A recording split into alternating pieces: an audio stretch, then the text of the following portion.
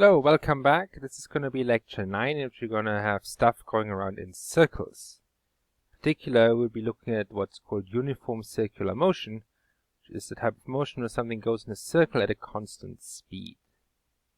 So at the very end, we're going to generalize a little bit to other types of turning motion, where things may be speeding up or slowing down, while also following a circular path, or at least part of a circular path. So we'll be learning how to describe circular motion, how to make sense of it. We'll talk briefly about radians because it's going to be, we can't stick with degrees for this, we have to use radians because they have certain properties that make them rather useful. And then we'll be looking at how to figure out acceleration vectors from changing velocity vectors. I mean, this is something we already know, but we actually apply it here in more than one dimension. And at times it may seem a bit tricky at first and need to practice doing this, but hopefully that all makes sense. One of the results we're going to get is what's called centripetal acceleration. That is the rate of change of velocity of something going in a circle, in particular going in a circle at a constant speed. As I said at the very end, we're going to look at something turning while it's speeding up or slowing down. Alright, so let's get started. So here is an object. I imagine this little blob here. An object, and it's going in a circle. I drew this circle by hand, so it's not a very good circle, but it is a circle nonetheless. Now this length here is called the radius. The radius r should be fairly obvious. You know that. The circumference of the circle, as you again know, is 2 pi r, so that's a distance all the way around. And then if the thing goes round and round and round and does it at a constant speed, we can time it. We can say, well, how long does it take to go once all the way around? So time for one full rotation that has a name, we're going to call it the period. And we're going to give it the letter capital T. And now having the distance all the way around and the time all the way around, we can relate those to the speed, namely the speed v is equal to 2 pi r over t. I'm going to use the symbol v, even though I literally just mean the speed, not the velocity, right? The speed, how many miles per hour, how many meters per second. Direction, of course, is always changing, right? So the direction right now up here, it's going this way, but a bit later, it's going to be going this way, and so on. We'll draw that in detail in just a minute. Now, if I want to describe the position of this object, one thing I could do is I could have an x, y coordinate system and say, okay, x equals y equals. But it seems a bit strange to do that, given that I know this thing is on a circle. So one convenient way to describe it is to say, well, what angle is it at? Usually we might measure, when I draw on the page, it's a convention to measure the angle from the sort of horizontal, like the 3 o'clock line in the in the anti-clockwise direction, but it's just a convention. Most results don't really hinge on that very much. So I can describe this angle theta here as a, well, it will describe the position of the object. Right. So let's write this down. We can describe the position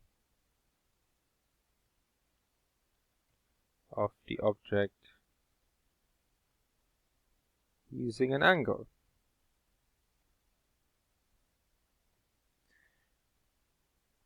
Assuming, of course, we know the radius, right? Really, the full description is theta and r, and those are called polar coordinates.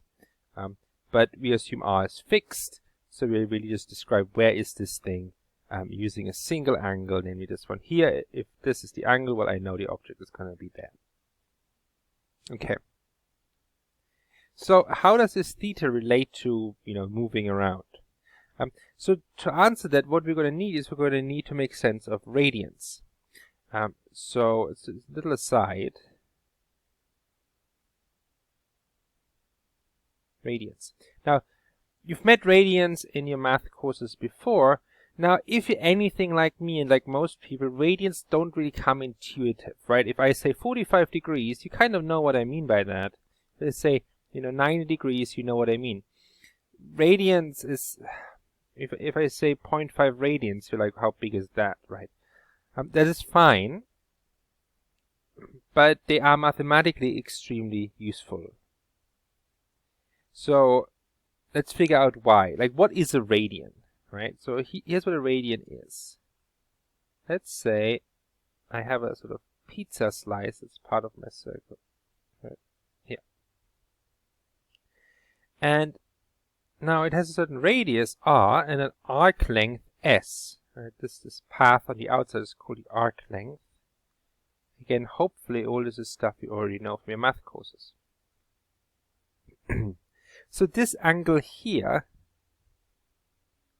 let's give it a name. Let's call it gamma.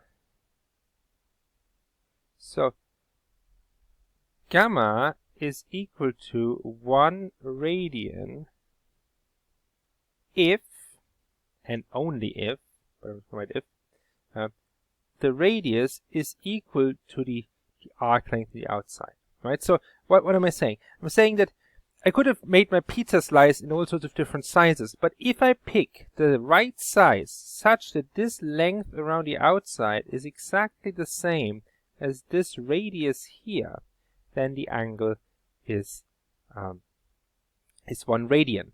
Now, had I picked a bigger circle that goes all the way out to here, well then the same angle would have made this path around the outside again the same length as the radius. So what that means is that if I say I have something that might look maybe something like this, and say this is 2 radians, like this. This is the radius, this is the radius, this is the arc length. Well, then that implies s is equal to twice the radius. Right, so it's twice this length along here, 1, 2. Then the angle is twice the radians. And if I go all the way around, then, well, all the way around would be 2 pi r, so the full circle would be 2 pi radians. Right, and maybe that's something you remember.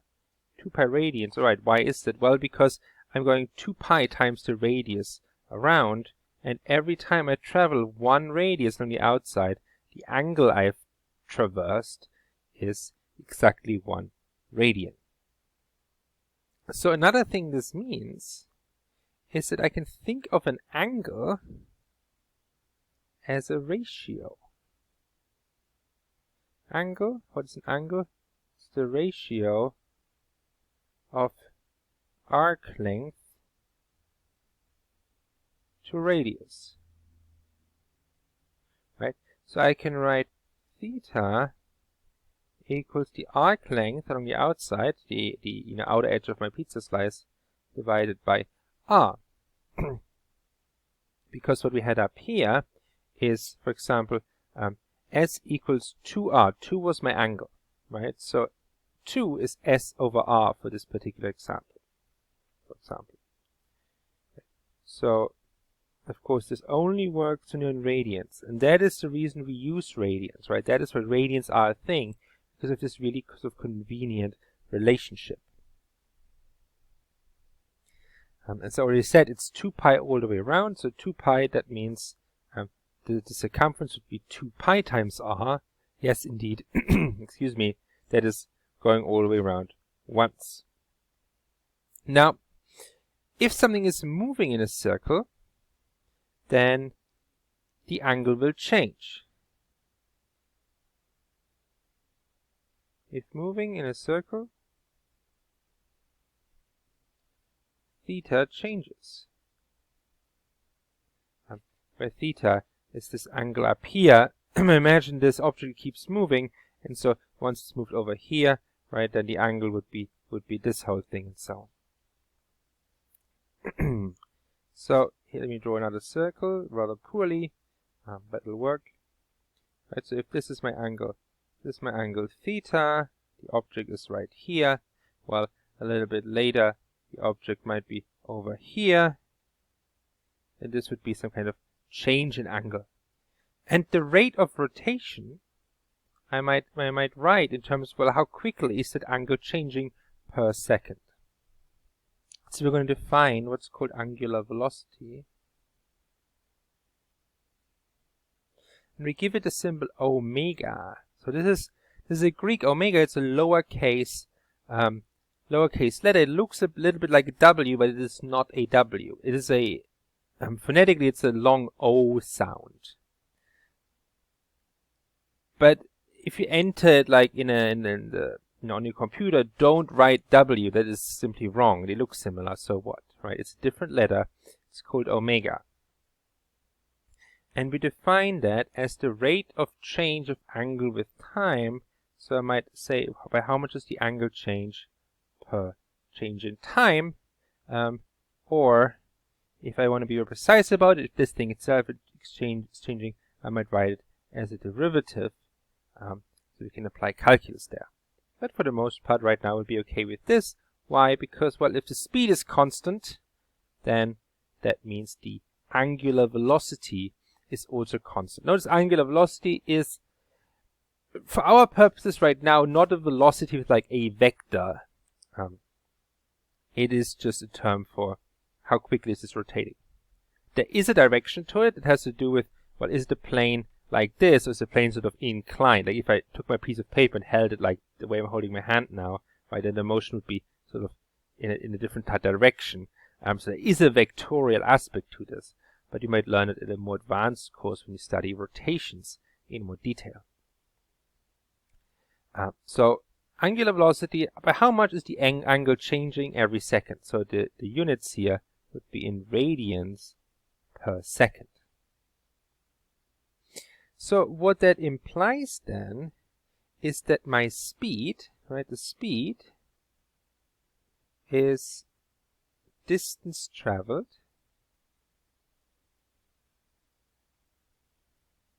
per time taken. That is the definition of speed. Time taken to travel that distance. So if this thing goes round and round, well, that would be to change the arc length. So it would be this section here. Now I'm trying to draw this like that this is meant to be a distance, whereas this is an angle. Hopefully that is clear. Divided by the time it takes to do that. But a change in s, well, that is just to change the angle times the radius, by definition of angle as a ratio, the way we had it up here. So I can write this as r times delta theta divided by delta t. Again, if any step here doesn't quite make sense to you, pause the video, look back at what we had, see that you can make sure it makes sense. And then I can write this, of course, delta theta over delta t. Well, that is the angular velocity, so I can write this as r times omega. So the speed relates to the angular velocity just by multiplying it by the radius. Okay. So let's just have a quick example here.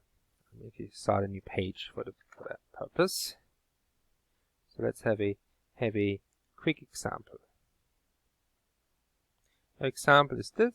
I imagine I have a piece of string, maybe with a ball, and I'll swing it over my head, right? So I've got a piece of string, there's a ball, and I'm swinging it in a big circle over my head. And I imagine that the length of the string is 0.6 meters or 60 centimeters, and I get 2 full rotations per second. So it's very fast, and make sure you can visualize this, right? So I have a piece of string, I swing it over my head. round and round and round, twice per second. So I want to find the speed of the ball, and I want to find the angular velocity.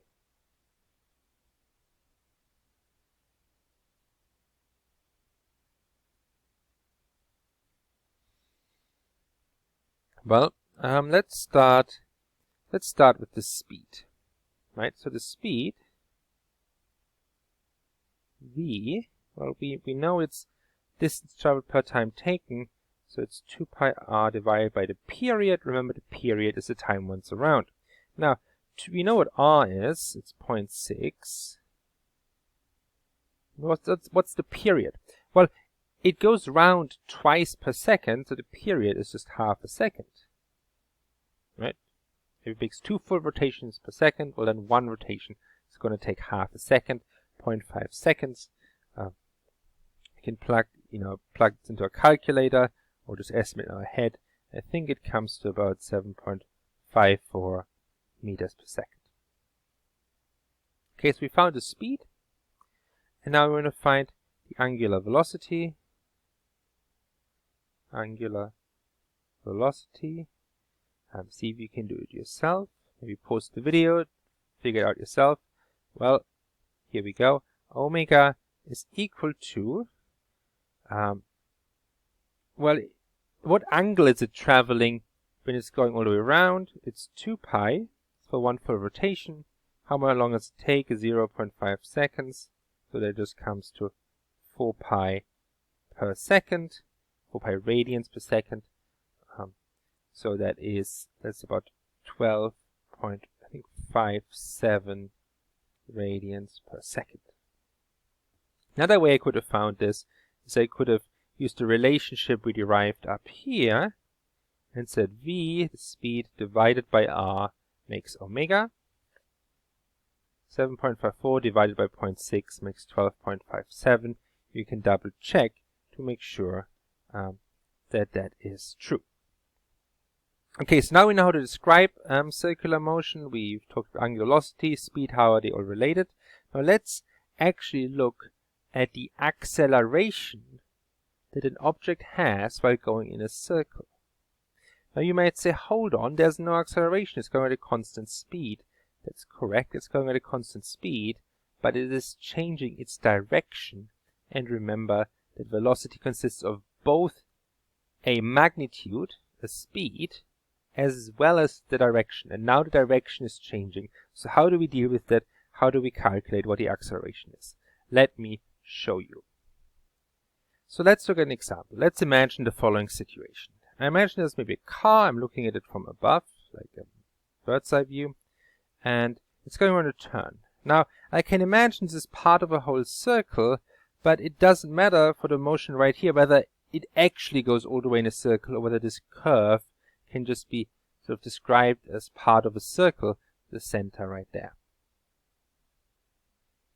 So it's going around with a constant speed, and its velocity is changing because the direction is changing, right? It's going this way now and that way right here, right? It's putting the velocity vector like this does not mean that it's traveling from here to here. Remember, the vectors, they don't live in the physical space. They're not drawn on the road. That means right now it's moving in this direction with a speed corresponding to the length of this vector. And so the magnitude of the vector here, that is the speed, it's the same as the magnitude up here. The speed is constant. That's just given by v. Right? V without any arrow, it's just a number. That's the speed. 30 miles per hour, 60 miles per hour. Who knows? So let's figure out what is the acceleration. We need a change of velocity to get from here to here. Right? I mean, if the velocity wasn't changing, we'd still be going straight up. We would never get to there, in fact. So how does this work? How do we make sense of this? Well, to go from here to here, the car's changing its position by some angle. Right? We talked about this. So what vector do we need to change this by to make that one? So let's draw those vectors. And drawing those vectors, that is crucial. If you understand how to do that, then you've come a long way. So this is the vector initially. And I want to compare it to this vector. So I'm going to draw them like this. Remember, the vectors, they don't live at this point and this point. They just have a length and a direction. So to compare the length and direction, well, I make them start at the same point, because that's how I can compare them. And it was more carefully, I think it should be a little bit longer here, maybe, like this. So, what vector do I have to add to get from this one to this one, right? I want v1 plus what makes v2? Well, the what we're going to call the change in velocity, delta v. And again, that is a vector too. Well, you hopefully remember the vector addition. I add tip to tail, so I want to get this, I need to add this plus this. Right, that's kind of the missing vector. This plus this makes this. So this is my change in velocity. The change in velocity points essentially inwards. It points towards the, if you do this carefully, you can see it points towards the center of the circle.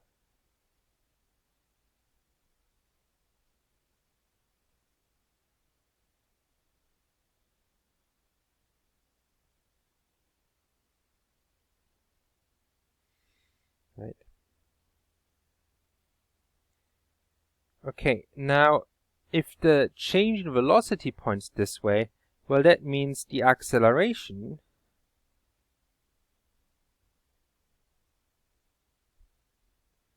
also points towards the center of the circle, because the acceleration is the change in velocity per change in time. Now, technically here I should be using a derivative, because the acceleration itself keeps changing, because as I go from here to here, it's like I've just tilted everything.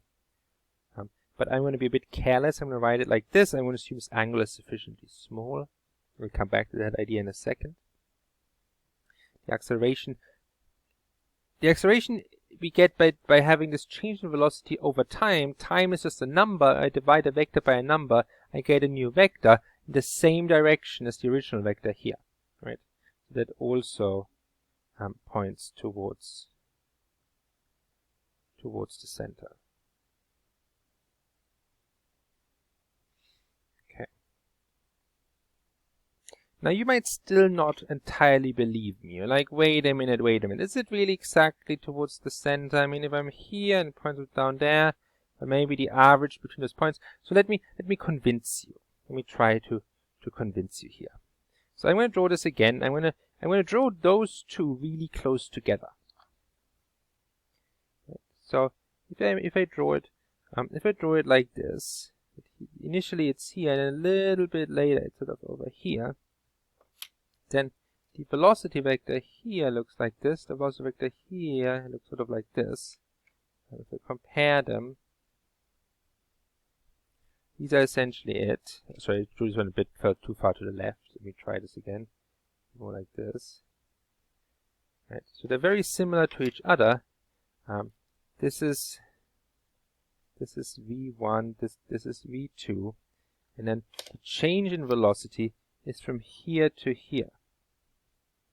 Now what you can tell is the smaller I make this angle, the more the direction of this change in velocity vector will be perpendicular to the original velocity vector.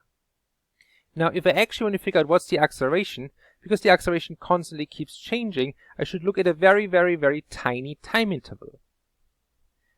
And so that means I look at a very, very tiny angle to actually make this comparison. In fact, I want to make that angle infinitesimally tiny. The problem is I can't, draw it that way. So I draw it with a fairly large angle because I think it's easier to see what's going on. But with this angle being very tiny, this is almost a right angle. Right? And in the limit where this angle becomes practically 0, the direction of this is going to be to the left. So we're doing a sort of what you might call a graphical calculus here, right? We're taking the limit as a small change. A change from here to here goes to 0. And if this is perpendicular, well, that means that it points towards the center of the circle, because, as you can see here, right, the velocity is always tangential to the circle, the tangent being the sort of line that just touches the circle, right, because it came from down here. Because if you imagine you're sitting in your car, right, you look out your front window, well, this is the direction you're looking, right there. That's the direction you're going, right there. And then you'll be turning. But at this very instant, this is the direction of velocity, and the direction of your acceleration is going to be this way, towards the center. Now, what is the magnitude of your acceleration? So figure out the direction. Direction is towards the center. What is the magnitude?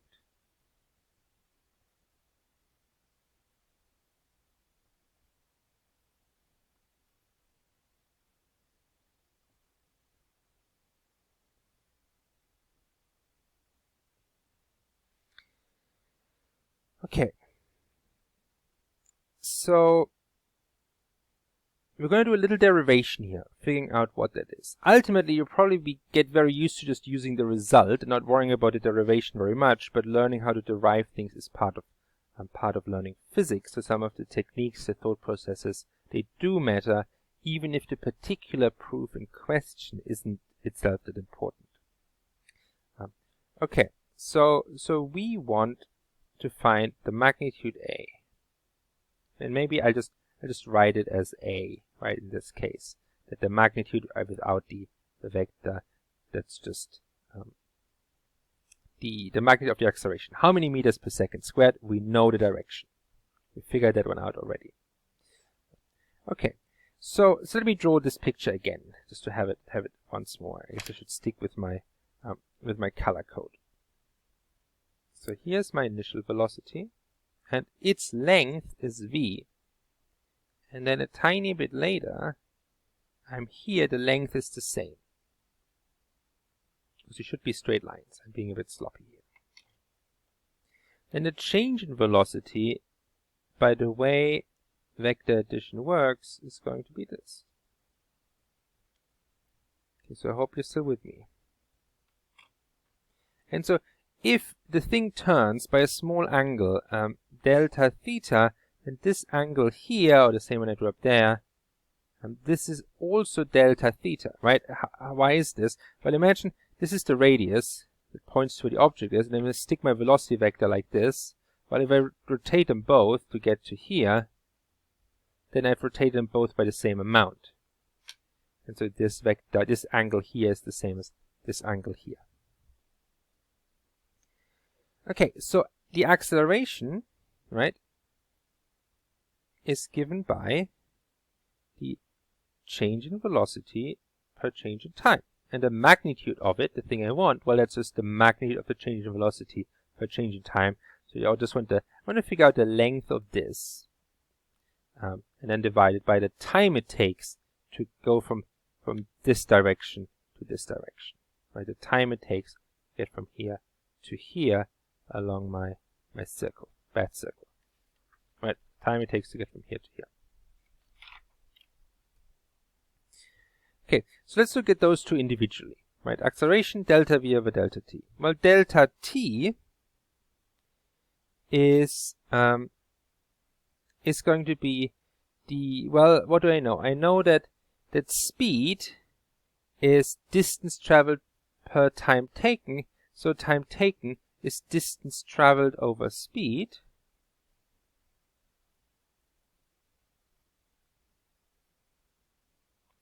Speed is v. The distance traveled, I'm going to use the bigger picture, the distance traveled over change delta theta, well, that's the arc length, which we know is just the angle times the radius, assuming we're working in radians, right? We talked about this.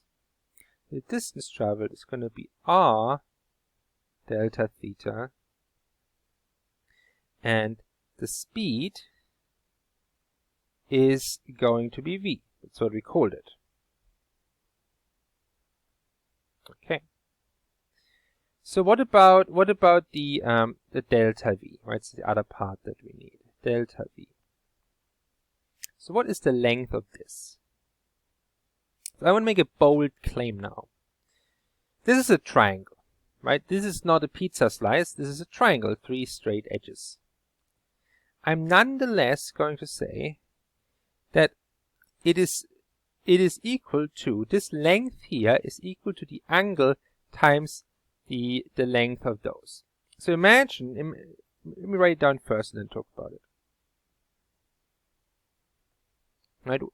I'm saying it is v, the speed, which is the length of this, or the length of this, times that angle here. Now that is not quite true if this is any sizable angle. Let's look at it this way. So if I have a slice like this, and those are the same length, well, the arc around it, this sort of, thin pizza slice, well, this length here would be radius times times angle, right? This little s, that is indeed radius times this. Now in this case though, this isn't, I shouldn't write r here because it's not the radius of our circle. It's this is living in this space of velocity vectors, right? So v, those are the length of these lines. So this little bit here, which I want to call this then, I can't really call it s to not confuse it with what we had before. I guess I'm just gonna write it like this. Right, the length of this is equal to this. But this angle, the length of this vector is not the length of this, because this is curved, this is straight. Now, you can already kind of see that they're very, very similar. They're in a straight line from here to here. This tiny curve, remember this curve would go all the way around a big circle. They're very, very similar. And now because we're going to make this angle so small, those two essentially become one and the same thing. Now, if you're still confused by that, well, let's draw it like this, right? Let's draw it like this. Let's say I have half a circle, a half semicircle, right? So it's a bit of an aside again, just to draw this. So in this case, this length here and this length here, they are not the same. Very much not the same length.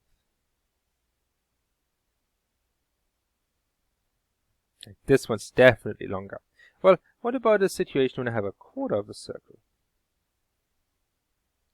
So now the point, I want to compare the arc length, like the straight line between the endpoints, to the arc itself. So in this case here. Well, in this case, this one's still definitely longer than this one. This is a straight line, right? This is going some kind of detour.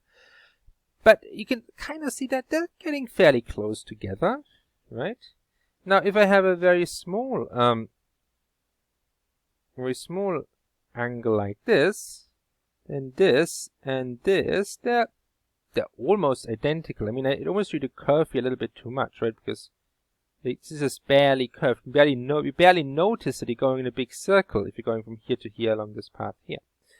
Then if you make this angle absolutely tiny, and that's what we're doing, except I can't draw it. Can't draw it infinitesimally small. Well, then those two actually become identical in length. And remember, these are the velocity vectors, right? I'm doing geometry right now with the velocity vectors. That's how I end up with this expression here. So now we can put those two pieces together. So we're going to write A is delta V over delta T, where we're going to plug those in. So let me do this. So I'm going to write the magnitude A, the magnitude of the acceleration, is delta V over delta T, and that comes to V delta theta divided by, that was my delta V, delta T, we had R delta theta over V. Now I can simplify this, those are going to cancel out, 1 over V makes another V go to the top, so I'm going to get V squared over R. Okay, and that is our final result, right? This is the thing you're going to remember for the rest of your life. this is the magnitude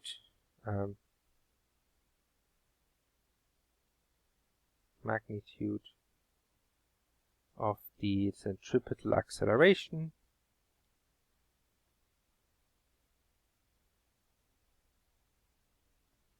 So I sometimes we call this A sub subscript C for centripetal. You don't have to use that, but that's what you often see. And that refers to V squared over R. The direction, of course, is towards the center.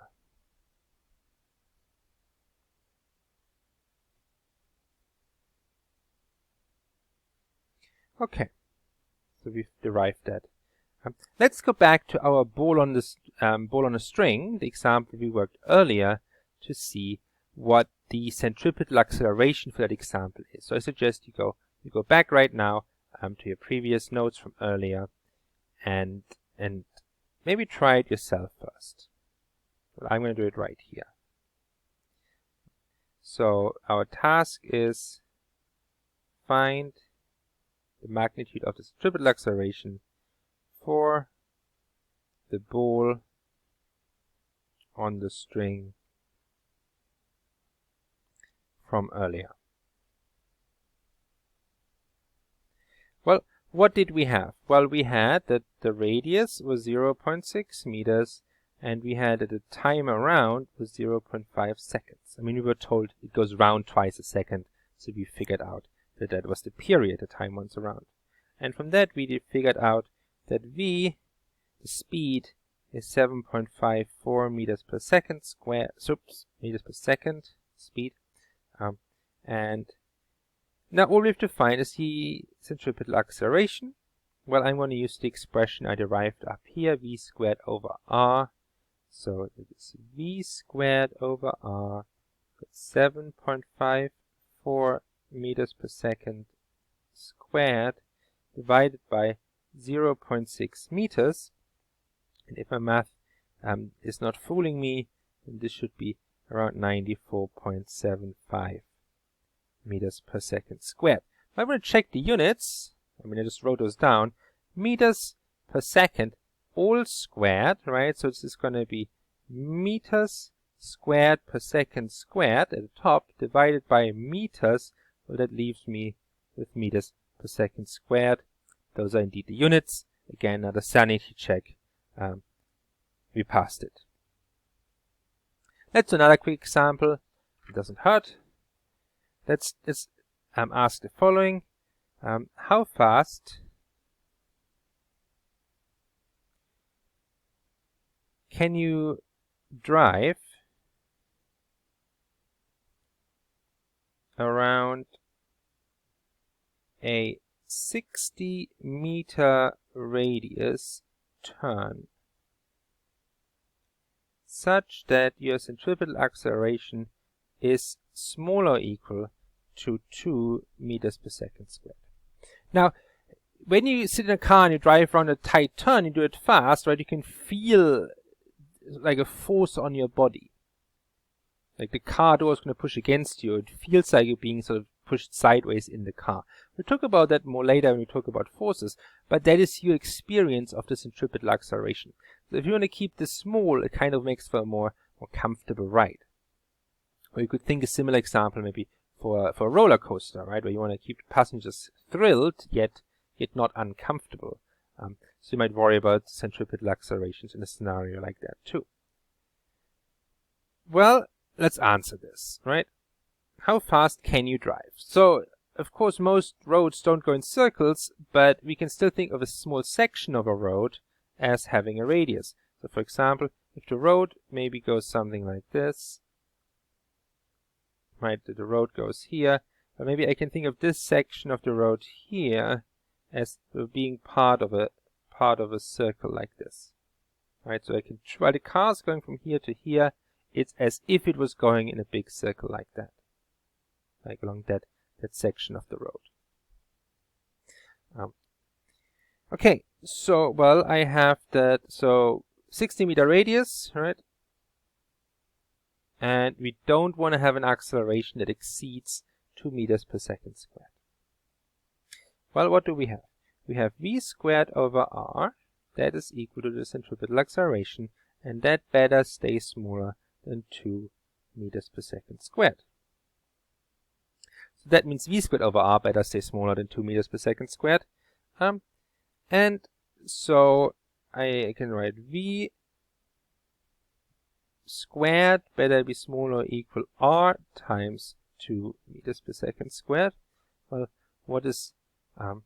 R is 60 meters, right? So we can plug in a second, but first we're going to take the square root. If the v squared is smaller than this, then v better be smaller than the square root of this. R is 60 meters. So v is smaller or equal than the square root of 60 meters times 2 meters per second squared, which is 120, the square root of 120, which is just under 11 meters per second. Like square root of 121 would be exactly 11, so it's like 10.9 something, 10.95, something like that. Very close to 11 meters per second. And if you want to convert it to miles per hour, well, you can do that. It's about 25 miles per hour, if you're wondering, because we're talking about cars, so I guess in the American world, miles per hour is appropriate unit. Alright, so that's fairly easy. It's just plugging values into this and possibly rearranging it. Easy enough. Okay, so finally I want to ask, well, what happens if I don't want to go along this stretch of road at a constant speed, but what if I want to speed up or slow down? Well, let's have a look. So here's again my bird's eye view. I imagine maybe my car's down here. It's going this way, right, along the road. The line is the road. At a speed, some speed. Up here, I've drawn the vector. Well, first of all, it's in a different direction because it has turned, but also it's a way longer because, well, we're speeding up. Right, so we just maybe annotate this longer velocity vector. Well, that means it's a higher speed, right? Let's compare those two vectors, like the same way we did before. So v1 looks like this. It should be straight up. I'm pretty bad at drawing lines in the right direction, apparently. Doesn't matter too much. And then up here, it's going to look like this. So comparing those two vectors, right? Before, those two vectors were the same length, just in different directions. But now the second one is a lot longer. So what that implies is that the change in velocity vector is going to look like this. This is my delta v, right? This is the vector I have to add to this one to make this one, as according to the rules of vector addition. So my acceleration here during this interval is going to be in that direction, right? So my acceleration, I guess let me draw this again, just down here in a separate picture. So here, if I look here, maybe I should make this bigger. Right, here's my car. The velocity points this way, while the acceleration points sort of this way. Oops, so we're doing A for acceleration. Now this is not centripetal acceleration because it's not just turning, it's also speeding up in this case. Right? Another example, say we're going again along a turn. Maybe this time we're going to go the other way, like this. We're going to start out here. We're going to end up here. Maybe we're slowing down now. So in this case, I have v1 here, and a little bit later I have v2, and it's significantly shorter because we've slowed down. Right? So let's compare those two. Well, here's v1. When you compare it to v2, so I just draw them next to each other, and I can see, yes, direction has changed, but also the length. And so what I have to add to this one is this vector here. This is my change in velocity to go from here to here. Well, if that is my change in velocity, then that implies that my acceleration is also in that direction. My acceleration in this case be sort of downwards like this. Okay, so can we generalize this a little bit? Yes, we can. What we noticed is that when we're speeding up, the acceleration it has two components. It has a tangential component that is in the same direction as the velocity, and it has a radial component that's sort of inwards, right? So imagine I stick my XY coordinate system to my car, so that one direction points forward, one direction points this way. Well, the two components, we can look at them separately. The component to the left is perpendicular to the velocity that makes me turn. That determines the rate of turning. Whereas the component forwards or backwards, that's what makes me speed up or slow down. Right. So this part here would make me turn, this part makes me speed up or slow down. If I'm not speeding up or slowing down, then there's only this part here. That's the case that we had before.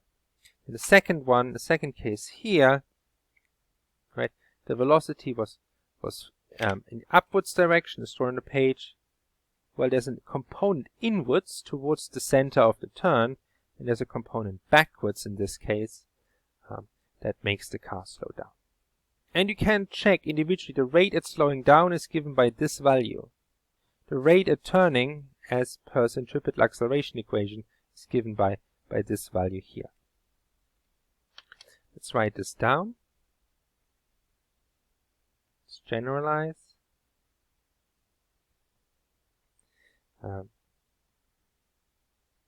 So the acceleration vector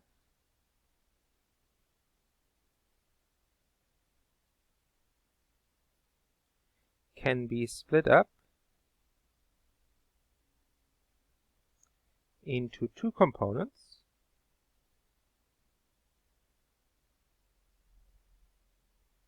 Namely, the component perpendicular to the velocity,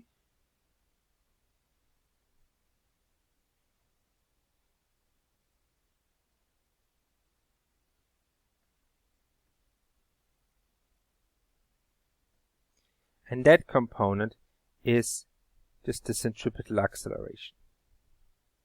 Equal to how fast are you going right then, divided by the radius. Of course, your speed will change in this case, but at the very instant the car's right here, well, how fast are you going? Well, that's going to determine this, in together with how tight is the turn. Right, v squared, the speed, how tight is the turn. The other component is in the same direction as the velocity, or forwards or backwards, could be positive or negative, parallel to velocity, and that component makes me speed up or slow down. Call it the tangential acceleration.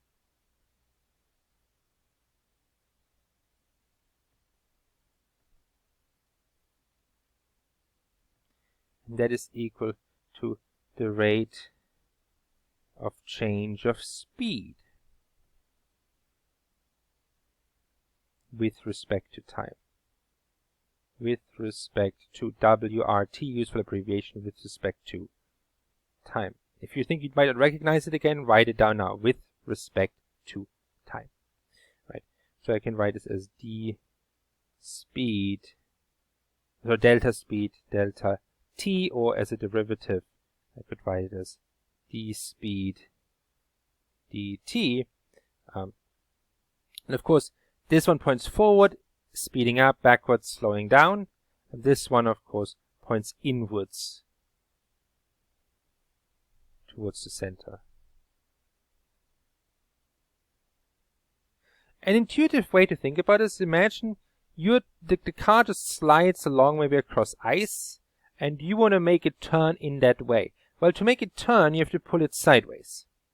If at the same time you want to slow it down, you have to sort of tug on it backwards. If you make it speed up, you have to pull it forwards. That little intuitive sort of guide can help you remember this. But really, I think it is fairly straightforward. All right. Again, fairly long lecture, but that's the end of it. All that we have left now for our 2D and maybe 3D motion is to just practice some more examples. So that's what we'll be doing in the next lecture. I will see you there.